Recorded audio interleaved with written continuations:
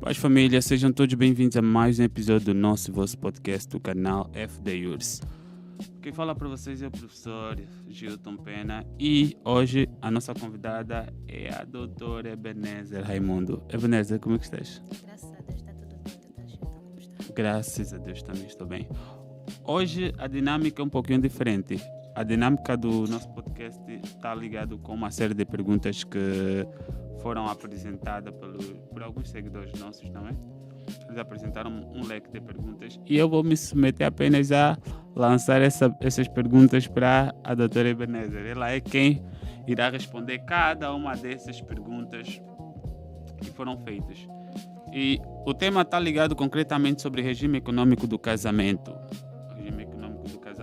E nós vamos começar sabendo o que é o regime econômico do casamento.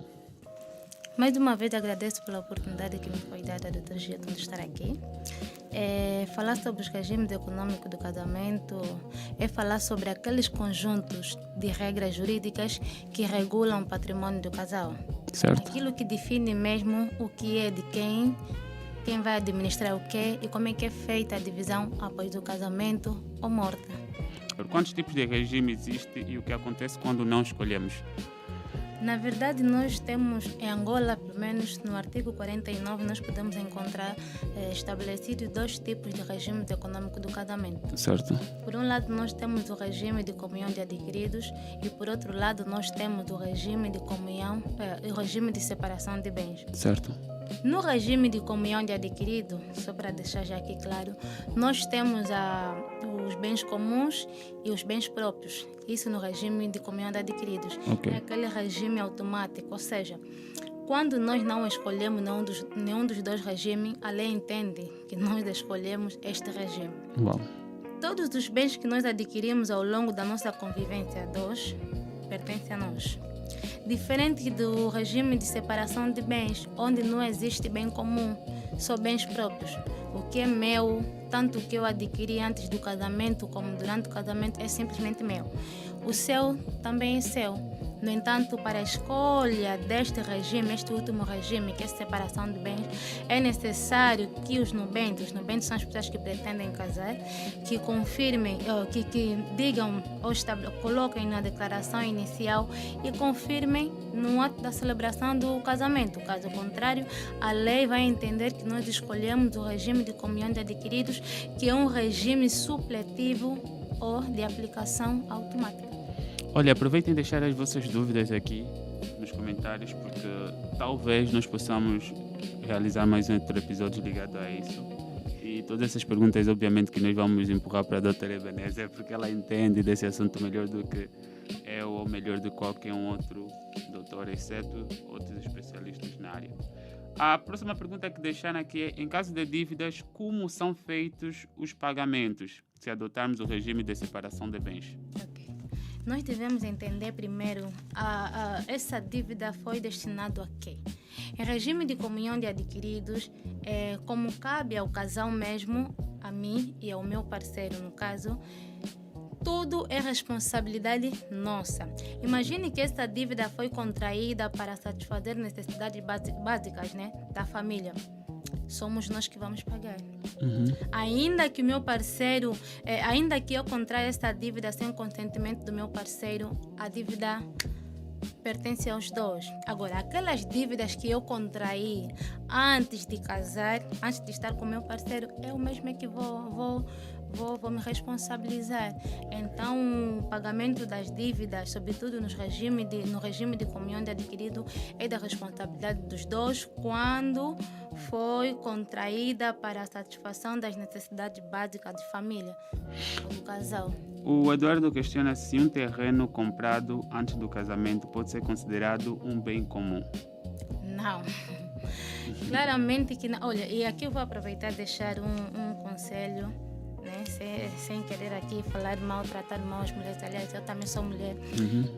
Para as mulheres que hoje em dia querem estar com alguém porque o fulano, o ciclano tem alguma coisa, porque o Paulo, o João, a Maria, e vice-versa, também não é só mulher, há homens que hoje, como dissemos, né, são chulos, querem estar com alguém como a mulher porque a mulher tem. Só para deixar claro que os bens que o meu parceiro ou a minha parceira teve antes do nosso casamento não me pertencem.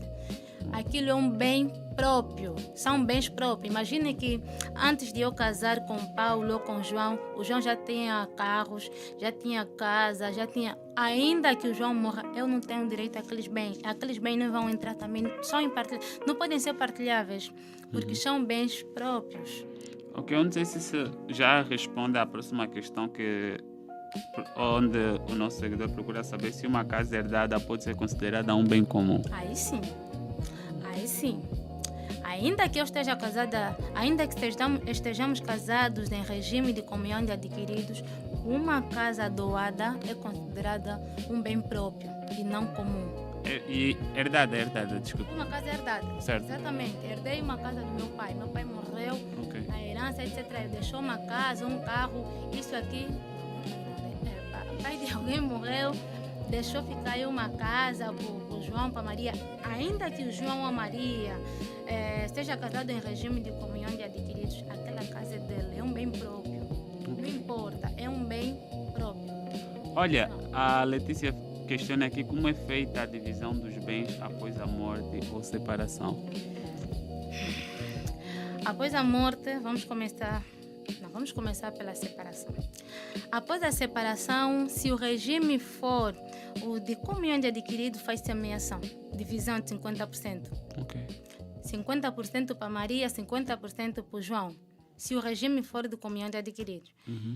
E se for de separação de bens, como não existe mesmo comunhão, os bens comuns, cada um fica com o que é seu. A Maria vai ficar com o que é seu, porque não tem nada aí que ele comprou com o João. O João também vai ficar com o que é seu. Mas, se for em caso de morte, nos bens, no regime de comunhão de adquiridos, aqui, antes da partilha, está a ameação. Okay. O que isso significa? Imagina que o João, em vida, com a Maria, compraram casa, compraram muitas coisas. E ele morre. Tem lá alguém que comentou, a doutora fala sempre dos rapazes, os homens estão sempre a morrer, as mulheres não. Vamos inverter. Imagine que a Maria morre.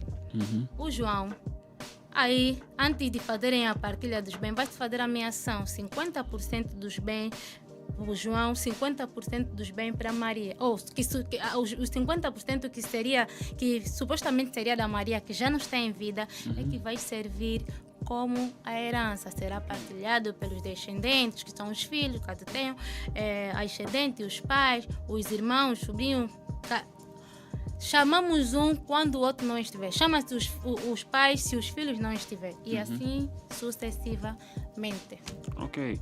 Há um dos rapazes da produção que questiona quem tem legitimidade para vender um bem no casamento. Mas esse bem foi adquirido quando? Se for um bem, se nosso regime for de separação de bens, eu posso vender a qualquer momento. É meu mesmo, pertence a mim. Mas se o regime for o de comunhão de adquiridos, é claro que eu tenho de vender com o consentimento do meu parceiro. Não vou vender uma casa, pronto. Eu que casei em regime de comunhão de adquiridos, vou vender uma casa porque dormi, acordei já com a cabeça louca, não. Tenho de conversar com o meu parceiro e só assim vamos vender a casa. Ok, uau. A próxima pergunta está ligada com Filomeno questiona quais são os bens que respondem pelas dívidas contraídas por um dos cônjuges. Okay. Esta dívida foi contraída quando? Se esta dívida foi contraída antes do casamento, certo, antes da Maria estar com João, porque nós as mulheres às vezes as dívidas que nós contraímos não tem nada a ver, se calhar para comprar só uma peruca, uma pasta, sei lá. Mas se essa dívida foi contraída antes da Maria estar com João, é da responsabilidade dela. E os bens que vão responder são os bens dela, os bens próprios. Agora, se esses bens forem suficientes, ali poderá entrar em questão a parte dela da ameação. Mas atenção, aqui, como diz o artigo, vejamos, como diz o artigo 64 do Código da Família, aqui, subsidiariamente, a sua ameação nos bens comuns, neste caso, porém, o cumprimento é exigível depois de dissolvido ou anulado o casamento. Significa o quê? Que a Maria, depois de vender, se os bens próprios delas forem suficientes para suprir ou para pagar a dívida, a ameação que ela tem direito nos bens comuns com o seu parceiro vai entrar em ação. Mas atenção, se esse casamento for dissolvido ou anulado. Só assim é que nós vamos chamar a ameação, a parte, os 50% que ela tem de direito nos bens comuns. Ok, um conselho que eu dou para os nossos seguidores: comprem a nova. Vou aconselhar também já a comprar a nova Lei Geral do Trabalho, não é? Mas eu queria aconselhar a comprar o Código da Família. E onde é que podemos adquirir? Obviamente que podem adquirir na FD Iuris. É só entrar em contato com a FD Iuris que poderão fazer a aquisição desses manuais. Vamos avançar para a próxima pergunta. Edna questiona: dívida feita antes do casamento pode ser paga com um bem comum? Dívida feita antes do casamento pode ser paga com bem comum. Ela já havia feito dívida, casou e procura saber se pode pagar com bem comum. vai ser feita com a ameação dele, tal como expliquei anteriormente. Ok. Uma dívida contraída antes do casamento é uma dívida exclusiva, é uma dívida que não cabe ao seu parceiro. Senhora Edna, você está me acompanhando mesmo? Certo. É uma dívida que não cabe ao seu parceiro. É uma dívida que se ela se não for paga ou se for insuficiente com os bens próprios dela, vai entrar a questão da ameação, como já explicamos, caso esteja dissolvido o casamento ou até anulado. Aí sim pode ser paga. Aquilo é ameação, é mesmo 50% dela, não do marido. Então não pode ser paga com bem comum. Ok, lógico. Próxima questão é: a dívida feita sem o consentimento do outro. E como é que fica a dívida feita sem o consentimento do outro? Se não há consentimento, por exemplo, uma das partes decide vender um bem comum. Eu acho que essa é a real dúvida da Edna, porque ela levantou mais uma questão. Essa segunda questão dela, ela procura saber: e se a dívida for feita sem o consentimento do outro? Está em comunhão de bens, mas mesmo assim uma das partes decide adquirir uma dívida sem o consentimento do outro. E será que há alguma forma a lei estabelece alguma coisa? Se essa dívida foi uma dívida que beneficiou a família em geral, sim. Ambos têm esta responsabilidade de pagar. Cabe aos dois. Mas se foi uma dívida que nada tem a ver, é mesmo só da pessoa que contraiu. Se foi uma dívida antes do casamento ou durante o casamento, mas não beneficiou a ninguém, é daquela pessoa. Se beneficiou a todos, da família em geral, cabe aos dois, ao casal, no caso. Ok. Há uma pergunta aqui: quais são as vantagens e desvantagens dos regimes? Eu acredito que a resposta disso seria subjetiva, mas à vontade, doutora. Vantagens, desvantagens. As desvantagens... pronto, eu não consigo dizer. Sim, acredito que isso vai depender de cada pessoa. Exatamente. Acho que cada pessoa Agora, vai... A vantagem é mesmo como os regimes econômicos têm como finalidade proteger os nossos bens, evitar os possíveis conflitos futuros. A vantagem seria mesmo esta: proteger o que é nosso. É necessário que eu recomendo mesmo, já antes de casar, por favor, consultem alguém, um especialista na área, leiam, como diz aquele meme, aquela publicação, leiam o Código da Família. A vantagem é essa, é ter conhecimento, porque assumindo publicamente como não, né?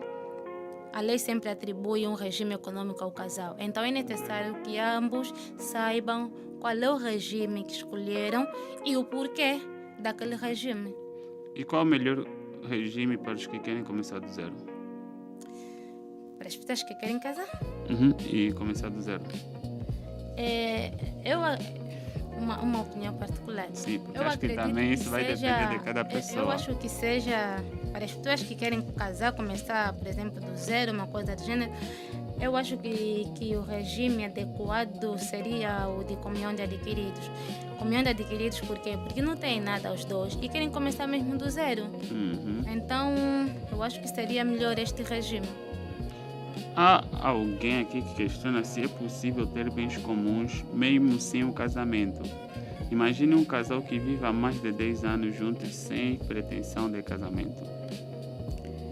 Mas o que é que esse casal deve fazer? Se vive há mais de 10 anos, não quer casar, não sonha em casar, pelo menos devem reconhecer a união de fato.